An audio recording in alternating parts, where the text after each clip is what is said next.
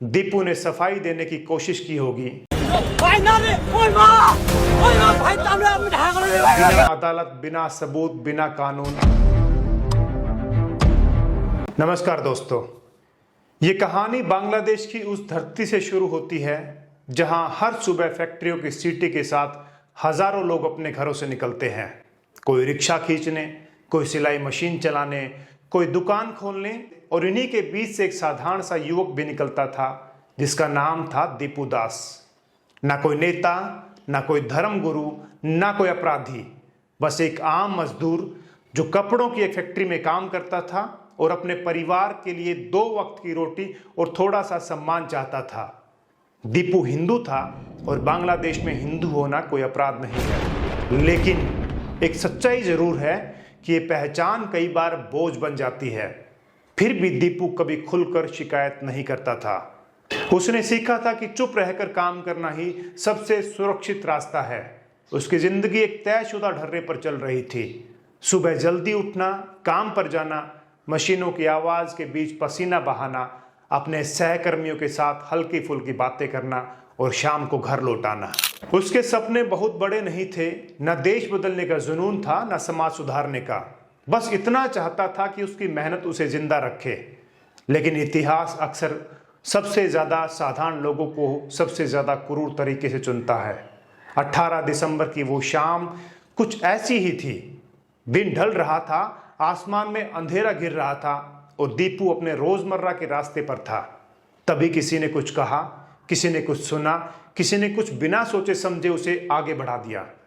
कहा गया कि दीपू ने धर्म का अपमान किया है। किस धर्म का, कैसे किया, कब किया, इसका कोई ठोस जवाब किसी के पास नहीं था। लेकिन अफवाहों को जवाब की जरूरत नहीं होती, उन्हें सिर्फ भीड़ चाहिए होती है। और धीरे धीरे लोग जमा होने लगे। पहले 10, फिर 20, फिर 100। और जब 100 लोग एक साथ खड़े हो जाते हैं तो इंसान इंसान नहीं रहता, वो भीड़ बन जाता है। उस भीड़ में न चेहरा होता है, न ज़मीर। दीपू ने सफाई देने की कोशिश की होगी, डर से कांपती आवाज में कुछ कहा होगा, लेकिन शोर में उसकी आवाज डूब गई। भीड़ ने फैसला कर लिया था, बिना अदालत, बिना सबूत, बिना कानून। पहले उसे मारा गया, लाठियों से, हाथों से, लातों से, फिर घसीटा गया। अल्लाहू अकबर के नारे लगाए गए और अंत में पेड़ से लटकाकर आग के हवाले कर दिया गया। आग सिर्फ शरीर को नहीं जलाती, आग उस भरोसे को भी जला देती है जो इंसान समाज पर करता है। उस वक्त वहां मौजूद हर इंसान इस कहानी का हिस्सा बन गया था। कोई मार रहा था, कोई देख रहा था, कोई चुप था। और चुप रहना भी कई बार अपराध बन जाता है। दीपू की मौत के बाद सवाल उठे, क्या सच में कोई धार्मिक अपमान हुआ था? पुलिस ने जांच की, लेकिन कोई ऑडियो नहीं मिला, कोई वीडियो नहीं मिली, कोई लिखित सबूत नहीं मिला। उल्टा कुछ रिपोर्ट्स में यह सामने आया कि यह मामला फैक्ट्री के अंदर किसी विवाद में शुरू हुआ था। किसी से बहस, किसी से रंजिश, फिर उस रंजिश को धर्म का रंग दे दिया गया। बांग्लादेश में ये कोई नई बात नहीं है। यहां पहले भी व्यक्तिगत झगड़े धार्मिक हिंसा में बदले गए हैं। पहले भी अफवाहों के सहारे भीड़ को उकसाया गया है। दीपू की मौत कोई अकेली घटना नहीं थी। उससे पहले दुर्गा पूजा के दौरान मंदिरों पर हमले हुए, मूर्तियां तोड़ी गई, घर जलाए गए, परिवारों को भागने पर मजबूर किया गया। हर बार सरकार ने कहा कि यह गलत है। हर बार कुछ लोगों को गिरफ्तार किया गया, लेकिन डर कभी गिरफ्तार नहीं हुआ। डर आज भी जिंदा है। दीपू की मौत के बाद भी यही हुआ। बयान आए, निंदा हुई, वादे किए गए, लेकिन एक सवाल हमेशा अधूरा रह गया कि अगर कानून समय पर पहुंच जाता तो क्या दीपू आज जिंदा होता? जब कानून देर से आता है तो लाशें पहले पहुंच जाती हैं। भारत में इस घटना को लेकर विरोध प्रदर्शन हुए, लोग सड़कों पर उतरे। बांग्लादेश में हिंदुओं की सुरक्षा की मांग उठी, कूटनीतिक बयानबाजी हुई, अंतर्राष्ट्रीय संस्थाओं ने चिंता जताई। लेकिन इन सब के बीच दीपू का परिवार वहीं की वहीं रह गया। एक खाली घर, एक अधूरी कमाई और एक ऐसा डर जो शब्दों में बयान नहीं हो सकता। ये कहानी किसी एक देश को कटघरे में खड़ा करने की नहीं है। ये कहानी उस मानसिकता की है जो भीड़ को ताकत देती है। ये कहानी उस समाज की है जहां अफवाह सच से तेज दौड़ती है। और ये कहानी हमारी भी है, क्योंकि जब हम ऐसी घटनाओं को सिर्फ खबर समझकर आगे बढ़ जाते हैं तो हम भी उस चुप्पी का हिस्सा बन जाते हैं। दीपू दास अब जिंदा नहीं है, लेकिन उसकी कहानी जिंदा रहनी चाहिए, क्योंकि अगर ये कहानी दब गई तो कल किसी और का नाम होगा, किसी और की जिंदगी होगी और वही आग फिर किसी और के सपनों को जला देगी। सवाल सिर्फ इतना है कि क्या हम अगली कहानी का इंतजार करेंगे या इस कहानी से कुछ सीखेंगे। अब थोड़ा सा भारत पर नजर डालते हैं कि क्या भविष्य हो सकता है भारत का। उससे पहले हम आपका ज्यादा नहीं, सिर्फ 2 मिनट का वक्त और लेंगे, लेकिन यहां कई बातें क्लियर हो जाएंगी, खासकर सेकुलर लोगों की, जो लोग अपने आप को पढ़ा लिखा कहते हैं उनकी। मोहम्मद मक्का में पैदा हुए और लगातार विरोध के बाद सन 622 ईस्वी में मक्का से मदीना गए। इस घटना को हिजरत कहा जाता है। मदीना पहुंचने के बाद अलग अलग कबीले वहां रहते थे, जिसमें यहूदी, ईसाई और अन्य कबीले थे।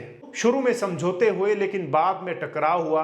बनी कैनुबा कबीले को संघर्ष के बाद मदीना से निकाल दिया गया। बनी नजीर को भी निर्वासित किया गया और बनी कुरैजा के मामले में युद्ध के बाद कबीलों के पुरुषों को मौत की सजा दी गई। ऐतिहासिक स्रोतों में मारे गए पुरुषों की संख्या लगभग 600 से 900 के बीच बताई जाती है। ये वही कबीले थे जिन्होंने मोहम्मद को शरण दी थी। मक्का से मोहम्मद को निकाल दिया गया था। वे चुपचाप जाके मदीना में रहने लग गए थे। धीरे धीरे अपनी बातों को फैलाना शुरू किया। बाद में उन्हीं लोगों को वहां से, जब उनकी संख्या बढ़ी, उनकी ताकत बढ़ी, वो पावर में आए, पैसे में अमीर हुए, मतलब पैसे उनके पास आए, उनको वहां से निकाल दिया गया। उन्हीं कबीलों वालों को, उन्हीं कबीलों वालों की महिलाओं और बच्चों को कैद में लिया गया। इसके बाद सन 630 ईस्वी में मोहम्मद लगभग 10,000 की सेना के साथ मक्का में लौटे। इसे मक्का की फतह कहा जाता है। इस दौरान बड़े पैमाने पर कत्लेआम नहीं हुआ। अधिकांश लोगों को आम माफी दी गई। हालांकि कुछ गिने चुने लोगों को पुराने अपराधों के कारण दंडित किया गया और काबा में मौजूद मूर्तियों को हटाया गया। अब कश्मीर की बात करें तो 1989 से 90 के दौरान उग्रवाद के समय कश्मीरी हिंदुओं के खिलाफ हिंसा शुरू हुई। अलग अलग रिपोर्टों में मारे गए हिंदुओं की संख्या लगभग 300 से 1000 के बीच बताई जाती है। लगभग 3 से 4 लाख कश्मीरी हिंदू अपने घर छोड़कर पलायन करने को मजबूर हुए। अब यहाँ पर हिंदू परसेंटेज पॉपुलेशन कितनी थी, यानी बांग्लादेश की बात करें तो और कश्मीर की बात करें तो सबसे ताज़ा रिपोर्ट्स के अनुसार 2022 की जनगणना के हिसाब से हिंदुओं का प्रतिशत लगभग 8%, यानी पूरी आबादी के लगभग 8% हिंदुओं की जनसंख्या थी। और कश्मीर में तकरीबन 10.5% हिंदू थे 89-90 में। और यही हालत हुई थी मक्का और मदीना के अंदर, जहां पर इनकी ताकत बढ़ी, पॉपुलेशन में आए, पावर में आए, इन्होंने उन्हीं लोगों को वहीं से खदेड़ दिया। हालांकि मोहम्मद तो खुद मूर्ति पूजक थे शुरू में। उनके पिता खुद मक्का के अंदर पूजा करते थे। जो मूर्तियां रखी गई थी, जहां पर श्रद्धालु आते थे, उनकी सेवा किया करते थे, लेकिन वो उनके खिलाफ खड़े हुए। ये उनकी, मैंने एक और वीडियो बनाई है, detailed video, rise of Islam. आप उसको जाके देख सकते हैं कि कैसे मोहम्मद ने इस्लाम का राइज किया था। और याद रखना, जिस दिन भारत में इनकी पॉपुलेशन बढ़ती है और ताकत में आते हैं, उस दिन ये मदीना में से कबीले वालों को बाहर उन्हीं के घरों से भगा देते हैं, मक्का में मूर्तियां तोड़ते हैं, कश्मीर को हिंदू मुक्त कर देते हैं और बांग्लादेश में शरेआम चौराहे पर उन्हें जला देते हैं और कोई कुछ नहीं कर सकता। जिस दिन ऐसा भारत में हुआ, उस दिन रोओगे, याद करोगे कि हम खुद ही अपनों के खिलाफ खड़े थे। क्या आज सब कुछ खत्म हो गया? चमचों से जाके पूछना कि इनकी कुरान में तुम्हारे भगवान के बारे में क्या लिखा है, और जब ये दीपू को जला रहे थे तब क्या बोल रहे थे। मैं किसी भी पार्टी का, किसी भी धर्म का कोई भी समर्थक नहीं हूं। सच्चाई जरूर बताना चाहता हूं। धर्म किसी को लड़ना नहीं सिखाता। धर्म हमेशा मिलना सिखाता है, ना कि बिछोड़ना। जीना सिखाता है, ना कि मारना। यहाँ जब सोच में फर्क आ जाता है, तब इसी तरह की घटनाएं घटित होती हैं। वीडियो आपने देखी, आपके विचार कैसे हैं, कमेंट करके जरूर बताएं।